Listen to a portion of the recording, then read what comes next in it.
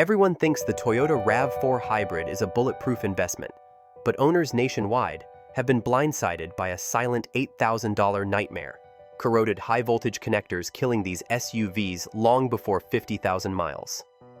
In our countdown of 35 cars that die, before 50,000 miles, avoid at all costs.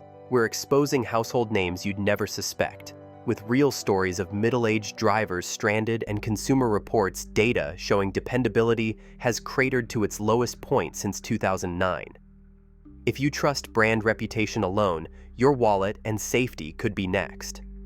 So which beloved cars have joined the blacklist, and is your vehicle quietly counting down its own time bomb? The real story starts now. You're sitting in a Toyota service lounge, staring at the invoice. $8,000. That's the price for a new high-voltage connector on your RAV4 hybrid. Barely 3 years old, just past 32,000 miles. The car that was supposed to take you through a decade of school runs and road trips is now a driveway ornament. I thought buying a Toyota meant peace of mind, says Mark, a 52-year-old IT manager from Ohio.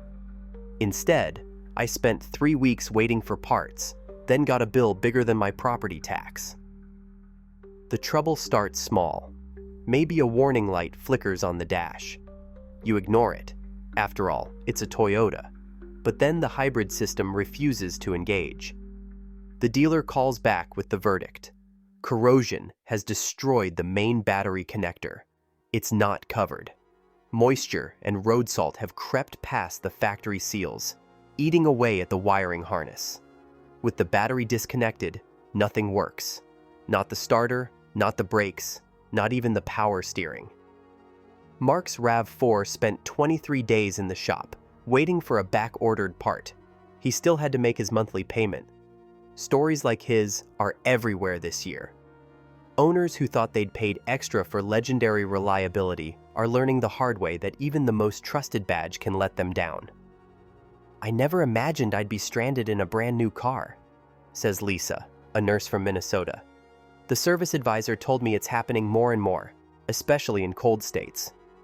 The numbers are staggering. Reports show connector corrosion striking as early as 28,000 miles, with most failures clustered between 30,000 and 40,000. When the high voltage line goes, the only fix is a full harness replacement, and that means thousands in labor and parts. Insurance won't help, and extended warranties don't always cover electrical faults. One dealer in Michigan admits, "We've seen a dozen RAV4 hybrids in the last quarter alone. Some owners are paying out of pocket, some are just walking away." For families who counted on Toyota's reputation, the fallout is more than financial. Commuters are left arranging carpools. Parents are scrambling for rides. The sense of betrayal runs deep. "I trusted the brand," Mark says. "Now I just feel burned."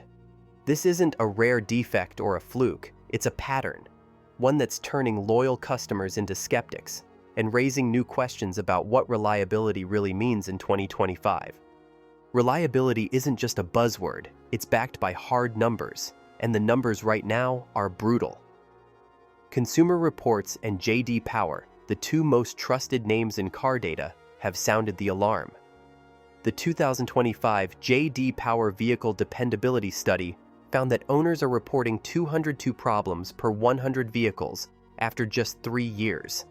That's a 6% jump from last year, and the worst score since 2009. The pattern isn't limited to one brand or model, it's industry-wide, and it's accelerating. Software glitches are driving much of the chaos.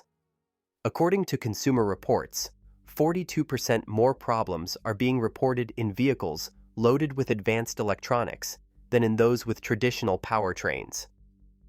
Owners are seeing more dashboard warning lights, infotainment freezes, and random system shutdowns. And it's not just tech for tech's sake. These failures knock out everything from climate control to power steering.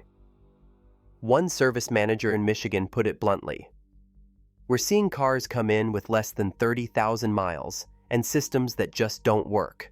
The fix? Sometimes there isn't one." The sample sizes behind these stats are massive. Consumer Reports' latest survey drew on data from nearly 300,000 vehicles, covering model years 2000 through early 2025. But even with that reach, there's a catch. For some newer models, the number of actual owner responses can drop into the single digits. That means a handful of catastrophic failures can tank a model's reliability score overnight. It's a risk every buyer now faces, especially with manufacturers rushing new tech to market. J.D. Power's 2025 report highlights a disturbing trend. Vehicles built during the pandemic years, 2022 and 2023, are showing the most problems. Supply chain chaos, missing parts, and new suppliers led to shortcuts in quality control. Now those shortcuts are showing up as blown engines, failed transmissions, and electrical gremlins that leave cars stranded. The data paints a clear picture. Reliability isn't just slipping, it's falling off a cliff. Industry watchdogs aren't mincing words.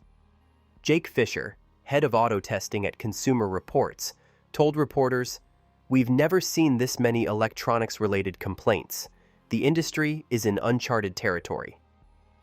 J.D. Power's analysts echo that warning, pointing out that the average number of problems per vehicle has jumped for 3 years straight, a streak not seen since the recession-era quality crisis. Charts from both firms show the same sharp upward curve. More recalls, more service bulletins, more owners stuck with massive repair bills before their cars even hit 50,000 miles. The message is clear. This isn't about one unlucky owner or a rare lemon. It's a full-blown reliability crisis, and it's reshaping what it means to trust a badge in 2025. You're merging onto a busy interstate in your Nissan Rogue when the car suddenly lurches, then loses power. The traffic behind you isn't slowing down, and you're left coasting to the shoulder with your hazard lights blinking. For thousands of Rogue owners, this isn't a rare scare. It's become a common nightmare. "I was terrified," recalls Angela from New Jersey. "The car just started shuddering and wouldn't accelerate. I barely made it out of the lane before it stalled." The stories pour in from every part of the country. Drivers describe a strange, jerky hesitation that starts small. Maybe just a mild vibration at low speeds. But as the miles add up, that gentle shake turns into a violent shudder, often right when you need power the most.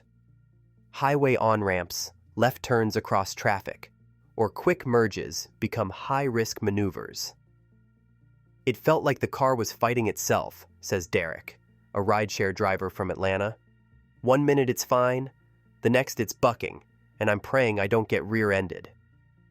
The culprit is the Rogue's continuously variable transmission, or CVT. Instead of shifting gears, it uses a steel belt and pulleys to constantly adjust ratios. On paper, it's supposed to deliver smooth power and better fuel economy. In reality, the system overheats and wears out fast. When the fluid breaks down, the transmission can't maintain pressure and the belt starts to slip. That's when the shuddering begins. If you ignore it, things escalate quickly. Total loss of acceleration, warning lights flashing, and sometimes a dead stop in the middle of traffic. Owners report these failures as early as 22,000 miles, but the danger zone seems to hit hardest between 30,000 and 45,000 miles. The pattern is disturbingly consistent. First a faint vibration, then a surge of jerking and noise, and finally, a sudden loss of power. "I was on I-95 when my Rogue just quit responding," says Michael, a father of 3 from Maryland. "I had my kids in the back. We could have been hit." Dealers hear these complaints every week. Some try software updates or fluid changes, but most end up replacing the entire transmission, at a cost that can reach $5,000 or more. Nissan has issued technical bulletins, but many owners find themselves outside the warranty window, stuck with a massive repair bill and no easy answers. "It's not just the money," Angela says. "It's the fear every time I drive. I never know if it's going to happen again." For families who depend on their car for daily life, the risk goes beyond inconvenience or expense. A sudden stall on a busy highway isn't just a mechanical problem. It's a real threat to safety. And with thousands of Rogues on the road, every new report adds to the anxiety. Owners are left asking the same question. If a car can't get you safely from point A to point B, what good is the rest of the promise? A mechanic in a faded blue shirt stands over a disassembled Nissan CVT, gears and belts spread across the workbench. He points to the scorched surface of the steel belt, evidence of what happens when things heat up inside these transmissions. The problem starts where most drivers never look, inside the Jatco-built CVT, where a high-strength steel belt rides between two variable pulleys. On paper, it's a marvel of efficiency. In real life, it's a weak link waiting to snap. The Achilles heel is heat. Every time you merge onto the highway or climb a hill, the CVT's fluid temperature climbs. The transmission's cooling system was never designed for the real-world stress of American traffic. Once the fluid passes 220 degrees Fahrenheit, the protective film on the belt begins to break down. The steel segments start to glaze and pit. Over time, the belt slips, the pulleys groove, and the entire assembly grinds itself into metal shavings. Independent shops have seen the aftermath firsthand. "You get this brown, burnt smell when you crack one open," says Mike, a transmission tech in Illinois. The fluid's cooked, the belt's shiny on the edges, and the pulleys are scored. At that point, it's done. He estimates that half the Rogues he sees with CVT issues have fluid well above 220 degrees Fahrenheit, sometimes for months before the shuttering starts. The cost to fix it is brutal. Once the belt and pulleys are damaged, the only real option is a full transmission replacement. Dealers quote $5,200 to $6,800 for the job, and that's if you can even get the parts. Nissan's extended warranty helps some owners, but many find themselves just outside the coverage window. "It's not just the repair," Mike adds. "You're paying for a rental, you're missing work, and you're still making payments on the car." Consumer Reports has flagged the Rogue's CVT since 2014, ranking it among the least reliable transmissions on the market. The root cause, according to teardown analyses, is a cooling system that simply can't keep up. The Jatco design routes fluid through a heat exchanger tied to the engine coolant, but in summer traffic or stop-and-go driving, the system gets overwhelmed. Once the fluid's cooked, every mile accelerates the damage. This isn't a one-off defect or bad luck. The same pattern shows up across Nissan's lineup: Altima, Sentra, Pathfinder, any model using the Jatco CVT. Transmission shops from coast to coast report the same cycle: early shutter, rapid decline, catastrophic failure, and a bill that rivals the price of a used car. For families who thought they were buying worry-free transportation, it's a hard lesson in the hidden cost of high-tech engineering done on a budget. As the mechanic wipes his hands, he shakes his head. People think it's just a software update or a fluid change, but once it gets hot enough, there's no going back. You're looking at a new transmission or a new car. The numbers back him up. With thousands of failures logged before 50,000 miles, the CVT problem isn't going away. It's spreading, and it's not just Nissan. Other brands are rolling out similar transmissions, betting that most owners won't notice until it's too late. A Ford Bronco Sport sits on the side of a mountain road, steam pouring from beneath the hood. The promise of adventure, sold in every commercial, collides with the reality of a stranded family dialing for roadside assistance. "We bought it for road trips and camping," says Jennifer, a teacher from Colorado. "Instead, we spent our vacation waiting for a tow truck." Her Bronco Sport didn't even make it to 55,000 miles before the engine gave out. Ford's ads showed these SUVs conquering the wild, but for Jennifer and thousands like her, the only wild thing is the repair bill. The trouble starts where few expect it, deep inside the 1.5-liter EcoBoost engine. On paper, it's efficient and powerful, but owners report a pattern that's impossible to ignore. The first sign is subtle, maybe a little coolant missing, a faint sweet smell after a drive. Then, the engine starts to misfire. By the time the check engine light blinks on, It's already too late. The dealer said coolant was leaking into the cylinders, Jennifer recalls. They told me I needed a new engine. I just stared at them. The car wasn't even paid off. Ford knows about the issue. Technical Service Bulletin number 22-2229 spells it out. Coolant intrusion, especially between cylinders 2 and 3. The open deck block design, meant to save weight and improve cooling, leaves the head gasket with barely enough surface to seal. Under pressure, that seal fails. Coolant floods the combustion chamber, washing away oil and scarring the cylinder walls. The only fix is a full engine replacement, often costing $8,000 or more. I asked if it was covered by warranty, Jennifer says. They said no. I felt sick. She's not alone. Reports from owners across the country tell the same story. Engines destroyed before 60,000 miles, family trips cut short, savings wiped out. Ford's response? Some get partial coverage, others get nothing. A Denver mechanic sums it up. We see these all the time. It's always the same. Coolant in the cylinders, engine toast. Ford should have fixed this years ago. The Bronco Sport is marketed as an escape, a ticket to freedom. For too many, it's become a financial trap. Jennifer's voice is tired. I wanted adventure. All I got was a nightmare. Cut open a Ford EcoBoost engine, and the weak spot jumps out, a gap where strength should be. The open deck block design, meant to keep things cool under turbocharged pressure, actually turns the engine's own coolant into its worst enemy.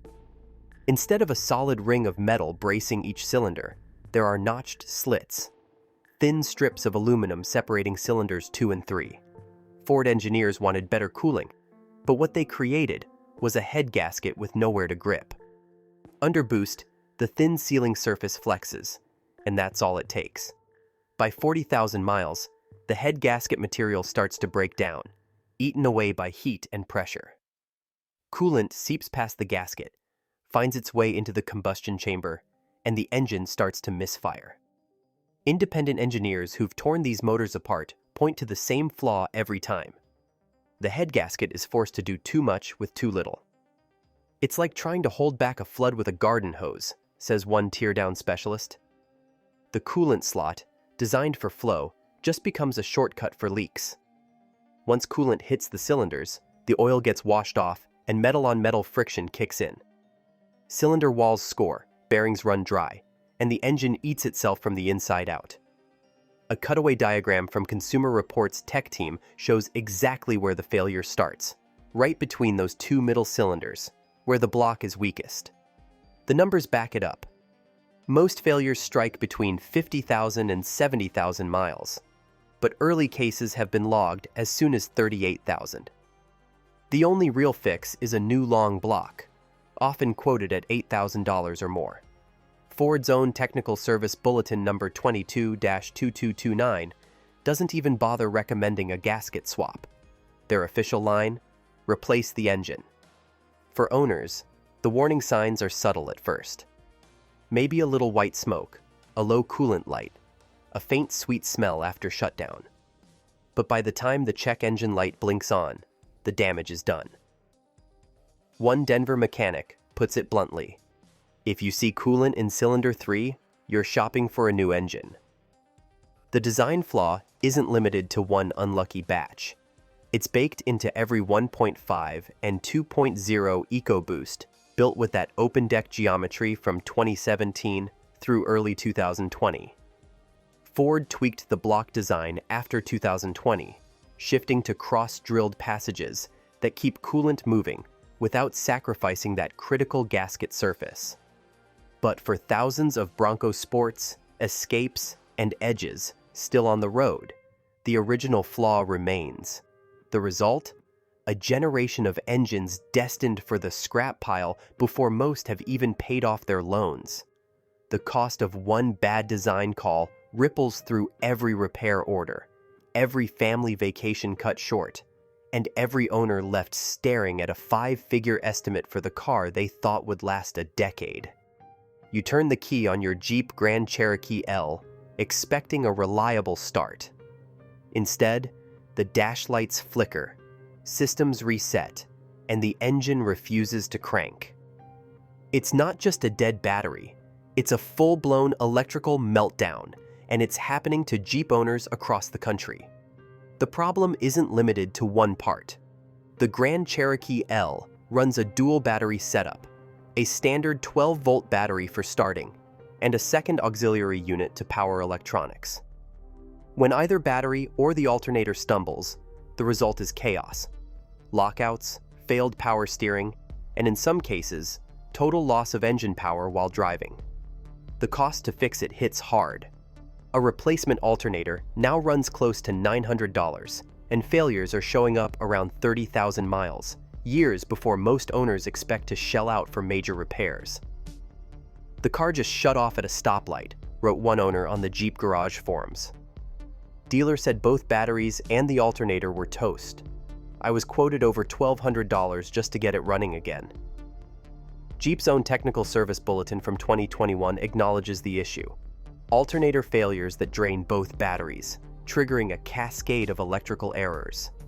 Owners report warning lights for everything from adaptive cruise to airbags, sometimes followed by a complete blackout. One Texas dealer admitted, "We're seeing these come in every week. It's not just a fluke, it's a design problem." The fallout isn't just about money. When the power goes out, drivers lose brakes, steering, and even the ability to shift out of park. For families, that means being stranded with no warning, waiting hours for a tow. The Grand Cherokee L was supposed to bring Jeep into the modern era. Instead, it's left owners with invoices and headaches, proof that even old-school brands can stumble when high-tech systems fail. You slide into the driver's seat of your brand-new Cadillac Lyriq, expecting the kind of effortless power and silent luxury that comes with a six-figure price tag. The doors close with a satisfying thud, the ambient lighting glows, and for a moment, the future feels flawless. But for hundreds of Lyriq owners, that feeling doesn't last. They park their cars at night, only to find a dead battery by morning, sometimes in less than 48 hours. No warning, no obvious drain, just a silent brick where a luxury electric vehicle used to be. Dealers are fielding a steady stream of calls from frustrated owners. "We've had Lyriqs towed in with less than 2,000 miles, admits one Cadillac technician. "The 12-volt battery's completely flat, and the car won't even unlock. We check for lights left on, for open doors. Nothing. The system just keeps drawing power until there's nothing left." The root cause is buried deep in the Lyriq's software. Modules that should go to sleep after shutdown stay awake, quietly draining the 12-volt battery even with the car off. Cadillac's own customer satisfaction program, N23241690, spells it out. A parasitic draw can kill the battery in under 2 days, leaving owners stranded in their own driveways. The fix? A software update and a hard battery reset, if you can get an appointment. Some owners report waiting weeks for parts or a service slot, stuck with a car that won't even shift into neutral for a tow. For buyers who thought they were trading up to the most advanced luxury electric vehicle on the market, the reality stings. The Lyriq's premium badge and futuristic tech can't hide a basic flaw. If the car can't wake up, all that luxury means nothing. One owner summed it up. "I paid more for peace of mind, but now I can't trust my car to start on Monday." The Lyriq isn't alone. This isn't just a Cadillac problem. It's a warning sign for the entire luxury electric vehicle segment. As more brands chase cutting-edge features, the basics are falling through the cracks. And the next brand on the list is facing problems even deeper in the wiring. You're standing in a Rivian service bay, staring at a pair of R1T battery packs, lined up for warranty swaps. The promise of adventure and high-tech reliability brought thousands of early adopters to Rivian's door. But reality has hit hard. Consumer Reports ranks Rivian dead last for reliability in 2025, scoring the brand just 9 out of 100. That's not a typo. These trucks and SUVs are showing up with catastrophic battery failures and electronic glitches before most owners hit 30,000 miles. For some, It starts with a warning on the dash or a sudden loss of range. For others, the truck just won't wake up. Dead high-voltage pack, no power, and a tow required. One R1S owner shared, "The car discharged itself sitting in my garage. Rivian sent a tech, but it took weeks to get a new battery." It's not just the batteries. Owners report climate control failures that leave the cabin freezing or baking, and software bugs that randomly reboot the entire system at highway speeds. The service network is still growing, so when something goes wrong, repairs can stretch into months. The numbers tell the story. Rivian's reliability score is the lowest Consumer Reports has ever published for a new brand. More than a dozen OSHA violations have been logged at the Normal, Illinois plant since 2023, 16 serious citations in under 2 years. One service tech admits, "We're swapping out packs on trucks that aren't even a year old. Sometimes we don't have the parts. Sometimes we don't have the answers." For buyers who wanted to get in early on the electric truck revolution, the risk is clear. Warranty battery replacements are becoming routine, and HVAC failures mean you can't count on comfort, even if you make it to your destination. The hype is real, but so are the headaches. In the race to electrify, Rivian's growing pains are leaving customers stranded, waiting, and wondering if the next software update will fix anything at all. You're behind the wheel of a brand new Silverado 1500, keys still warm from the dealer, and every ad has promised you years of worry-free hauling. But for thousands of GM truck owners, that promise shatters long before the odometer hits 50,000 miles. The culprit isn't a cheap sensor or a minor glitch. It's the heart of the truck, the 6.2-liter L87 V8 engine. 1 in every 15 owners faces the same nightmare. The first sign is subtle, a faint ticking under the hood, maybe a warning light. But it escalates fast. Metal shavings appear in the oil, and suddenly the engine loses power, sometimes while towing or merging onto a crowded highway. James Powell, who bought his GMC Yukon Denali, new in 2022, remembers the moment his check engine light flashed. "I thought it was just a sensor," he says. "Next thing I know, the dealer's telling me the engine's shot. They found metal in the oil, bearing failure." His Yukon had just crossed 22,000 miles. The dealership replaced the engine under warranty, but the relief didn't last. Within months, the ticking returned. They said it was fixed, but I could tell. The second engine started making the same noise. Stories like James's are pouring in from across the country. Owners describe catastrophic failures, connecting rod bearings giving out, engines seizing at highway speed, or worse, rods punching through the block. More than 70% of these failures strike before 60,000 miles. The financial hit is brutal. Out of warranty, a new L87 engine costs upwards of $6,000, not including labor, fluids, and rental cars for weeks while the truck sits in the shop. One dealer in Texas said, "We've had trucks towed in with less than 30,000 miles. Once the bearings go, there's nothing to do but replace the whole engine." The problem isn't isolated to one trim or year. The defect runs through 2019 to 2024 Silverado and Sierra 1500s and spreads to Tahoe, Suburban, Yukon, and even the Cadillac Escalade. The root cause: defective connecting rod bearings and crankshafts that shed metal into the oil system, starving the engine of lubrication. GM's own documents show they've logged over 28,000 field complaints, and the company has closed 3 separate investigations since 2022. But for owners, the fallout is personal and expensive. "I bought a truck to last a decade," James says. "Now I'm on my second engine before 30,000 miles. The trust is gone." Attorneys representing owners in a growing class action lawsuit say the numbers point to a systemic failure. "This isn't a fluke," says lead counsel. "We're seeing catastrophic engine failures in trucks that should be the backbone of American roads."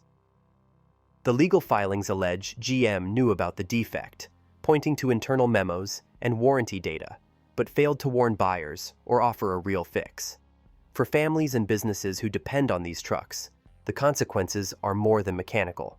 It's lost work, missed payments, and the fear that the next turn of the key could mean another engine down for the count. Ready for the rest of the list? Here's your rapid-fire rundown of cars that can leave you stranded before you hit 50,000 miles. First up, the Hyundai Tucson, notorious for sudden engine seizures and a recall that left owners waiting months for parts. Kia Sorento, from 2016 to 2019, plagued by engine fires and rod-bearing failures. The Jeep Cherokee with its 9-speed automatic, transmission woes, rough shifting, and early total failure. One owner called it the worst car I've ever owned.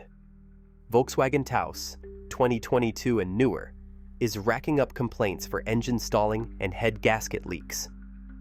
The Ford Focus and Fiesta, from 2012 to 2016, both cursed by the infamous power-shift dual-clutch transmission, jerking, shuddering, and repeated clutch replacements. Nissan Sentra, Altima, and Pathfinder. If it's got a Jatco CVT, it's a gamble. Expect shuddering, slipping, and a $4,000 bill before most people finish paying off the loan. Mazda CX-7, especially from 2007 to 2009, is a timing chain disaster waiting to happen. Owners report catastrophic engine failures well below 60,000 miles, often paired with turbocharger blowouts. Infiniti QX30 and QX50, both luxury crossovers, have racked up electrical gremlins, failing cameras, and steering glitches that leave drivers fighting for control.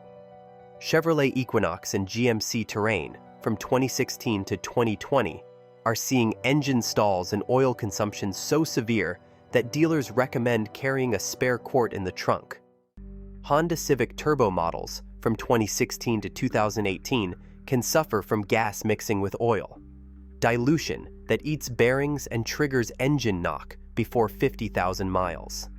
The Subaru Ascent, from 2019 to 2021, has transmission failures and electrical shutdowns that leave families stranded on road trips. Ram 1500 EcoDiesel, from 2014 to 2019, faces EGR cooler failures that can start engine fires, while the Chrysler Pacifica Hybrid, from 2017 to 2019, is known for battery shutdowns and total loss of power. The Mercedes GLS and GLE, from 2017 to 2020, have air suspension failures that drop the SUV onto its wheels, plus repeated infotainment crashes. Tesla Model S, especially early years, is famous for door handle failures, touchscreen blackouts, and drive unit replacements before 60,000 miles. Volkswagen Atlas, from 2018 to 2021, brings electrical chaos, dead batteries, random shutdowns, and climate control failures. The Audi Q5 Hybrid, from 2017 to 2020, has battery cooling issues and sudden loss of drive. BMW X5, from 2014 to 2018, can suffer from timing chain stretch and Vanos actuator failures, both wallet busters. Land Rover Discovery, Sport, and Range Rover Evoque, from 2015 to 2019, have turbo failures and transmission breakdowns that can leave you stranded at any mileage. Toyota Prius PHEV, from 2012 to 2017, is not immune. Hybrid inverter failures can brick the car with no warning. The Ford Explorer, from 2016 to 2019, has turbo failures and coolant leaks that spell early engine death. Acura TLX, from 2015 to 2017, is known for transmission jerks and electrical glitches. The Nissan Versa, from 2014 to 2019, is another CVT casualty, with early transmission failures and expensive repairs. And finally, the Dodge Journey, from 2014 to 2019, with engine stalling and electrical faults that can knock it out of commission before 50,000 miles. That's just a slice of the models making headlines for the wrong reasons. Each of these cars has a track record of major failures, expensive repairs, or both, often before you'd expect to need anything more than an oil change. If you're shopping for a used ride or thinking about keeping your current car long-term, these are the names you'll want to cross off your list. When it comes to reliability in 2025, ignoring the data could cost you thousands. Consumer Reports' 2025 Auto Reliability Survey recorded a 42% spike in software and electronic failures compared to prior years, with the average new car experiencing 202 problems per 100 vehicles, the highest since 2009. Over the past 30 minutes, we've shown how trusted names like Toyota, Nissan, Ford, Jeep, Cadillac, and GM now appear on lists of cars most likely to suffer catastrophic failures before 50,000 miles. Class action lawsuits, technical service bulletins, and repair invoices confirm real-world costs, some topping $10,000, due to issues from corroded high-voltage connectors to collapsing lifters and failing batteries. However, some manufacturer data remains confidential, and the true scope of early failures is still unknown. As technology advances, complexity and weak quality control continue to challenge reliability. The evidence is clear. Past reputation is no guarantee in 2025. Before buying, always check the latest owner data and technical bulletins. As one owner told investigators, "I trusted the badge, I paid the price."